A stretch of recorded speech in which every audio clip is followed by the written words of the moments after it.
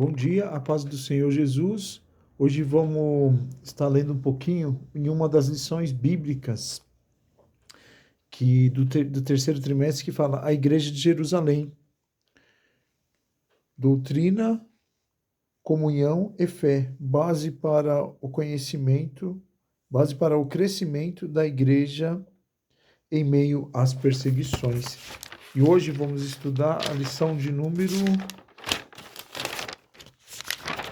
A lição de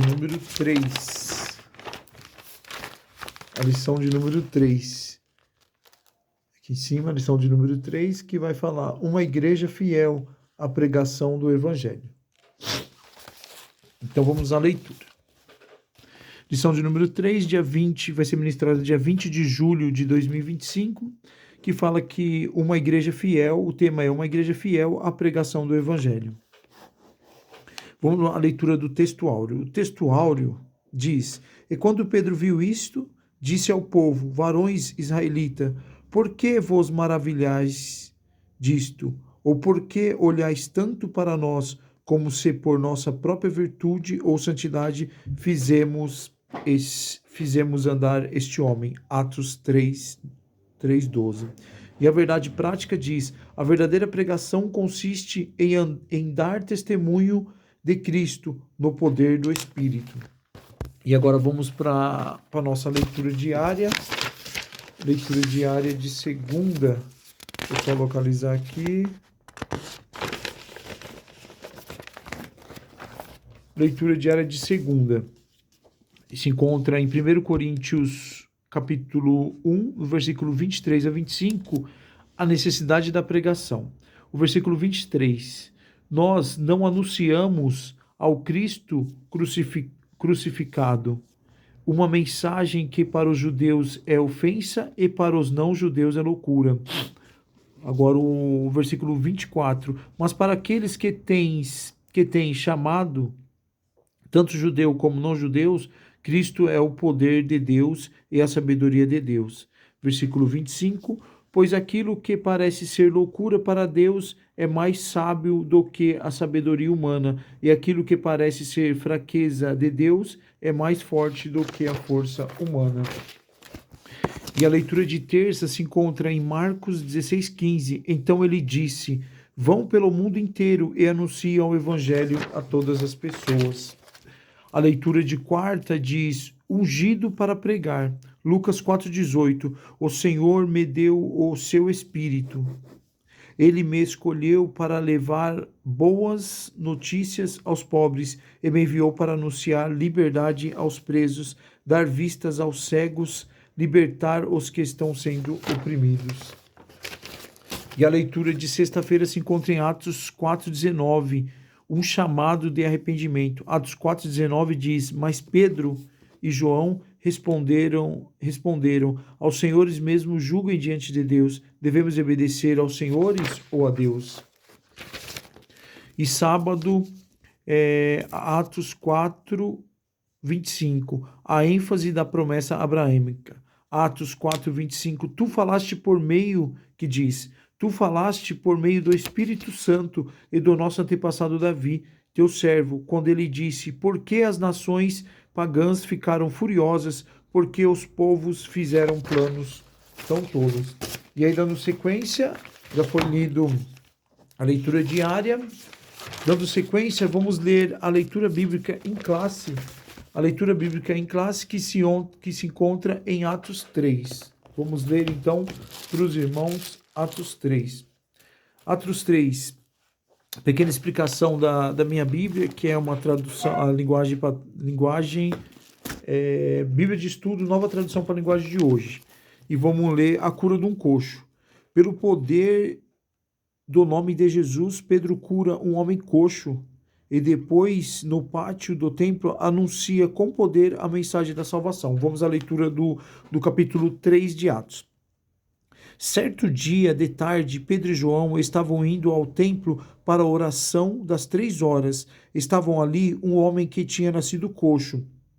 Todos os dias ele era levado para um dos portões do templo, chamados Portão Formoso, a fim de pedir esmolas às pessoas que estavam no pátio do templo. Quando o coxo ouviu Pedro e João entrando, pediu uma esmola. Eles olharam firmemente para ele e Pedro disse: Olhe para nós. O homem olhou para eles, esperando receber alguma coisa. Então Pedro disse: Não tenho nenhum dinheiro, mas o que tenho eu lhe dou. Pelo nome de Jesus Cristo de Nazaré, levanta-se e anda. Em seguida, Pedro pegou a mão direita do homem e ajudou a se levantar.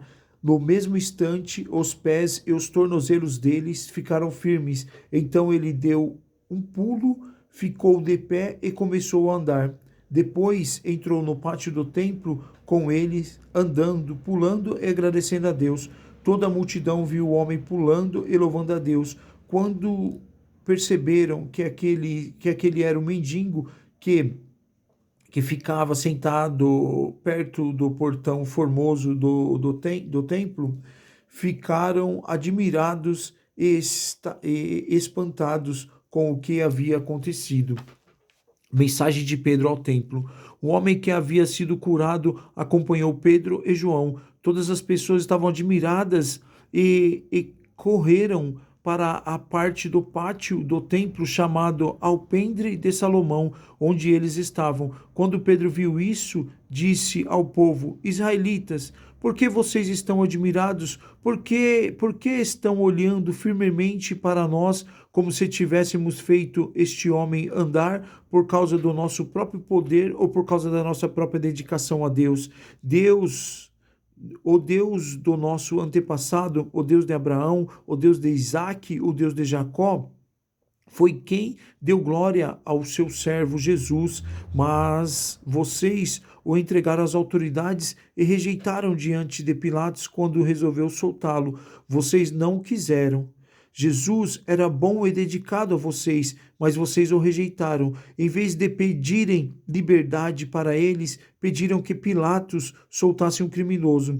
Assim, vocês mataram o autor da vida, mas Deus o ressuscitou, e nós somos testemunhas disso. Foi o poder de Jesus, foi do poder do nome de Jesus que deu forças a este homem. O que vocês estão vendo e sabendo foi feito pela fé em seu nome, pois foi a fé em Jesus que curou este homem em frente de todos. Agora, meus irmãos, eu sei o que vocês e os seus líderes fizeram com Jesus. Foi sem saber o que estavam fazendo, mas Deus cumpriu assim o que havia anunciado há muito tempo pelos profetas, isto é, que Messias que ele escolheu, que o Messias que ele escolheu tinha de sofrer. Portanto, arrependam-se e voltem para Deus, a fim de que ele perdoe os pecados de vocês e também para que tempos de nova força espiritual venham do Senhor.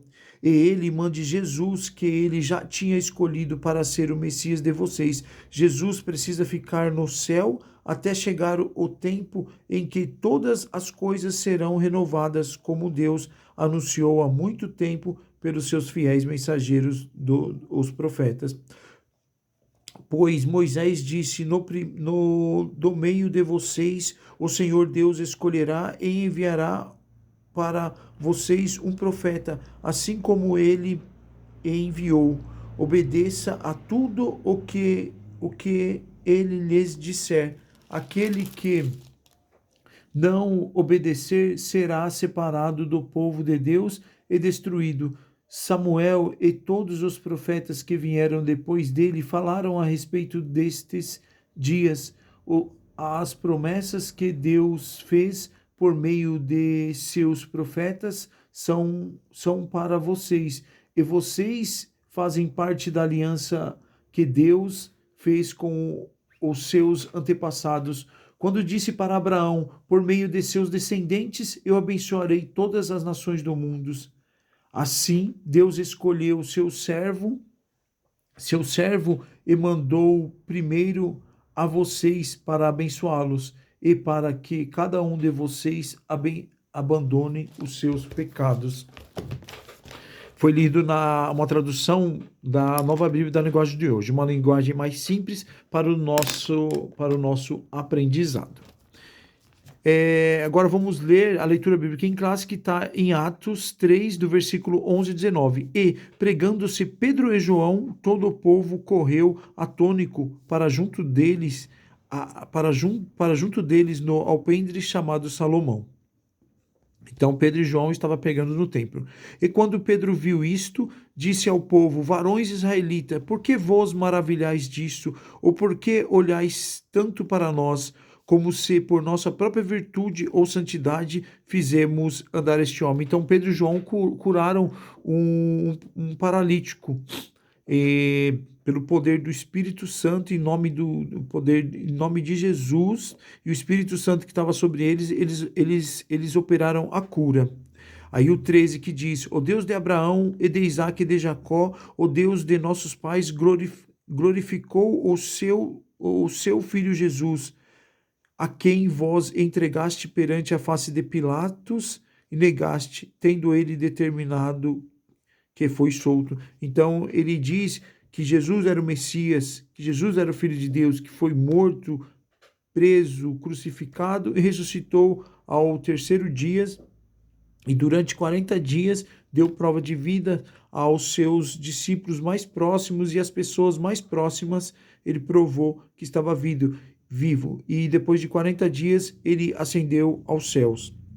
E depois de 10 dias, o Espírito Santo desceu sobre os apóstolos e mais cerca de 120 pessoas que estavam ali próximo. Foi o dia de Pentecoste cristão.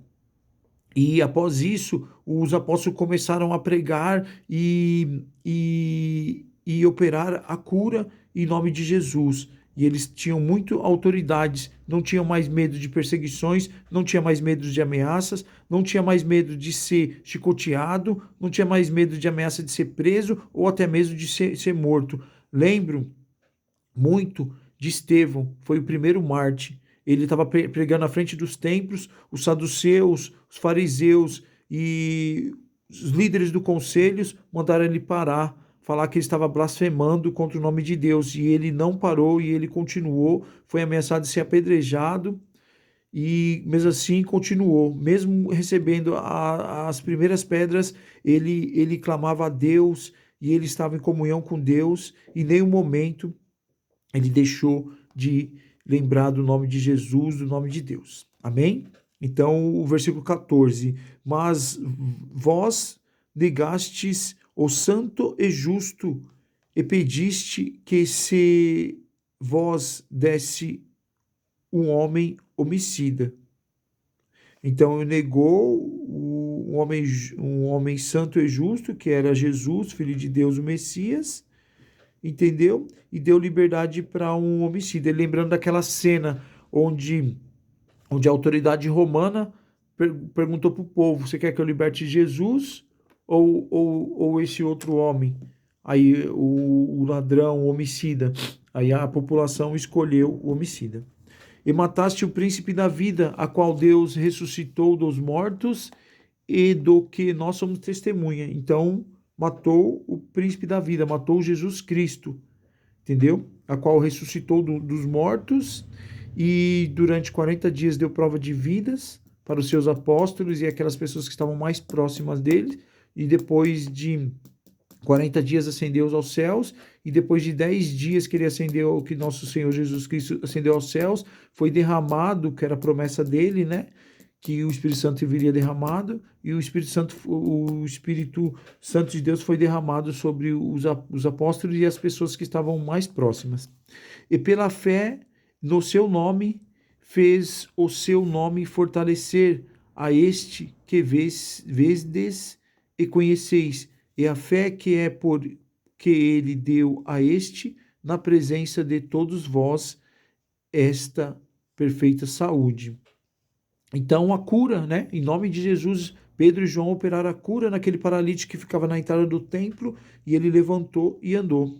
E agora, o 17, e agora, irmãos, eu sei que fizeste por ignorância, como também os vossos príncipes. Então, o Pedro e João pregando falou: vocês mataram o Messias, mataram Jesus Cristo, mataram o Filho de Deus, mas por ignorância, como também os vossos príncipes. O 18. Mas Deus assim cumpriu o que já dantes pela boca de todos os seus profetas havia anunciado, que Cristo havia de padecer. Então, lá no os profetas do passado já anunciavam isso, que Cristo havia de padecer. E o 19, arrependa-vos, aí Pedro e João pegando em frente ao templo, arrependei-vos, pois, e convertei-vos, para que sejam apagados os vossos pecados, e venham assim os tempos de refrigério pela presença do Senhor. Então, ele pregando arrependimento, Pedro e João no frente do templo pregando arrependimento, pregando para eles arrependerem dos pecados, para eles crer em Jesus Cristo, nosso Salvador, e com isso eles iam ter direito a morar no reino de Deus, a morar junto com Deus. Amém? E agora vamos ler a pequena introdução que só tem no livro de professor e chama plano de aula. Eu vou ler para os irmãos. Introdução. A pregação do Evangelho é a marca de uma igreja fiel às Escrituras. Desde os primeiros dias da igreja de Jerusalém, os apóstolos proclamavam a mensagem de Cristo com ousadia e no poder do Espírito Santo. A segunda pregação de Pedro, registrada em Atos 3, demonstra essa fidelidade ao Evangelho, enfatizando a centralidade de Cristo, o chamado ao arrependimento e a promessa dos tempos de refrigério. A igreja não pode se desviar desse compromisso, pois é por meio da pregação bíblica que o mundo é confrontado com a verdade de Deus e chamado à salvação. A apresentação da lição, na apresentação da lição ela vai se dividir em alguns itens, A, B, C. O A vai falar sobre os objetivos. O B vai dar uma motivação para nós e o C vai fazer uma pequena sugestão de métodos. Vamos à leitura dos objetivos.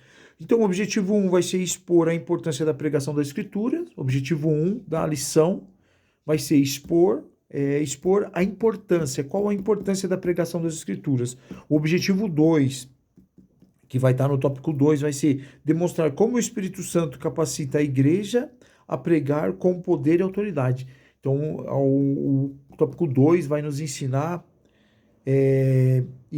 a cumprir esse objetivo, que é demonstrar como o Espírito Santo capacita a igreja a pregar com poder e autoridade. E o objetivo 3, que vai estar no tópico 3, vai ser incentivar os alunos a pregarem uma mensagem de esperança fundamentada na palavra de Deus. Agora vamos para a motivação. A pregação do Evangelho não é apenas uma responsabilidade dos líderes da igreja, mas um chamado para todos os crentes. Assim como Pedro, que mesmo sem grande formação acadêmica, foi usado poderosamente pelo Espírito Santo. Cada cristão pode ser um porta-voz da mensagem de Cristo. O que diferencia uma pregação eficaz não é a eloquência, mas a fidelidade às Escrituras e a dependência do Espírito Santo. Ao compreender essa verdade, o aluno perceberá que também pode ser um instrumento nas mãos de Deus para transformar vidas. Então, irmãos, como diz essa motivação, não somente os líderes da igreja, os pastores, os evangelistas, aqueles que estão no púlpito, eles são porta-voz. Não, todos devemos pregar e anunciar o evangelho. E ele fala que é exemplo de Pedro. Pedro não tinha formação acadêmica, entendeu? Ele era simples, ele era pescador. E mesmo assim ele pregou com autoridade, ele salvou vidas e ele operou milagres, que foi a cura daquele homem lá que ficava pedindo esmola na frente do templo. E uma das suas pregações, ele salvou mais de 3.500 almas foram convertidas ao evangelho de Jesus. E agora o nosso comentarista da revista ele vai sugerir uma sugestão de método. Para concluir a lição, sugerimos que você use o método da discussão orientada. Divida a turma em pequenos grupos e peça para que cada um identifique na pregação de Pedro em Atos 3, elementos essenciais de uma mensagem bíblica eficaz. Em seguida, incentiva os alunos a compartilharem como podem explicar esses princípios ao Evangelho em seu dia a dia. Finalize destacando a importância de pregar no poder do Espírito Santo.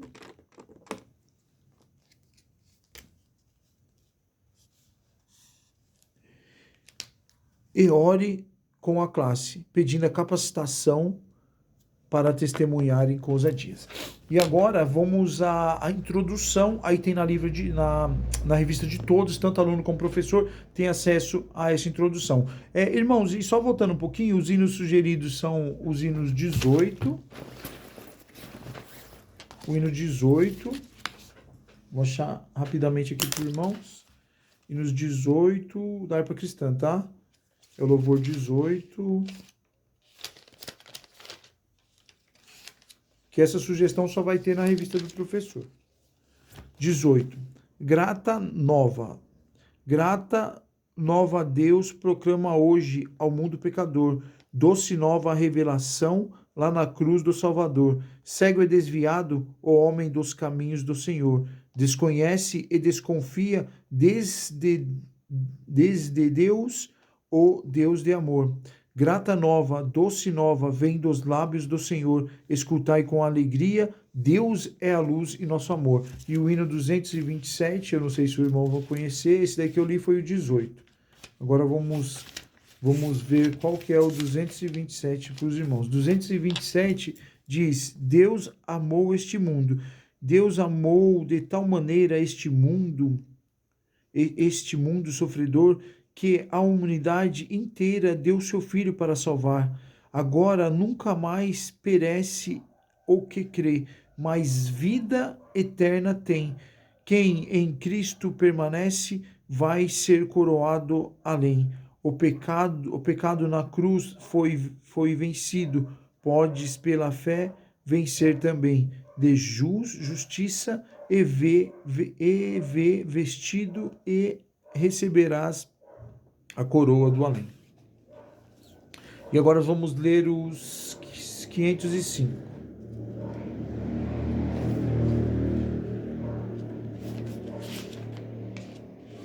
Vamos ler o 505 e o 505 fala as palavras de Jesus. Anelo eu ouvir a voz do meu bom Salvador, seus ditos um banquete são, banquetes de amor, qual o maná celestial, vigor me dão também, me trazem sempre instrução do mestre de Belém. As palavras do Senhor são palavras de vigor, me ensinam, me guiam, me trazem à luz as palavras de Jesus. Amém? Então, os três louvores sugeridos são os 18, os 227 e os 505. Então, continuando na introdução, como foi dito, tem na revista do professor e a do aluno. A palavra-chave vai ser pregação. Então, vamos ler novamente a introdução. Então, esta lição demonstra uma das marcas de uma igreja bíblica. Seu compromisso com a pregação da palavra de Deus. Então, compromisso, né? Compromisso da igreja é pregação da palavra de Deus.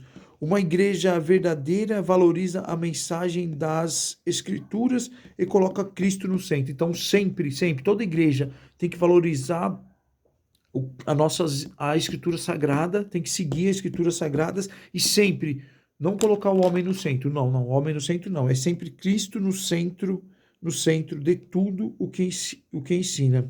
É por meio da pregação bíblica que o mundo pode conhecer o Cristo. Então, ele está fazendo uma afirmação, o nosso comentarista, que é por meio da pregação bíblica que o mundo pode conhecer a Cristo. Então, é por intermédio da pregação, pela força da pregação, que o mundo vai conhecer a Cristo.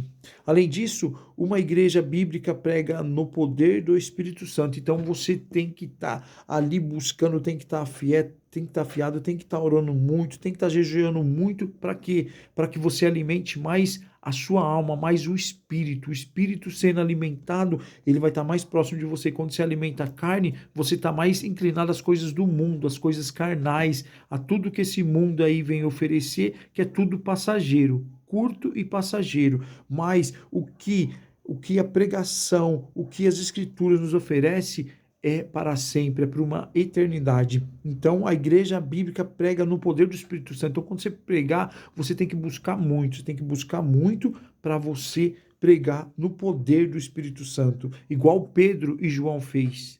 Pedro e João fez.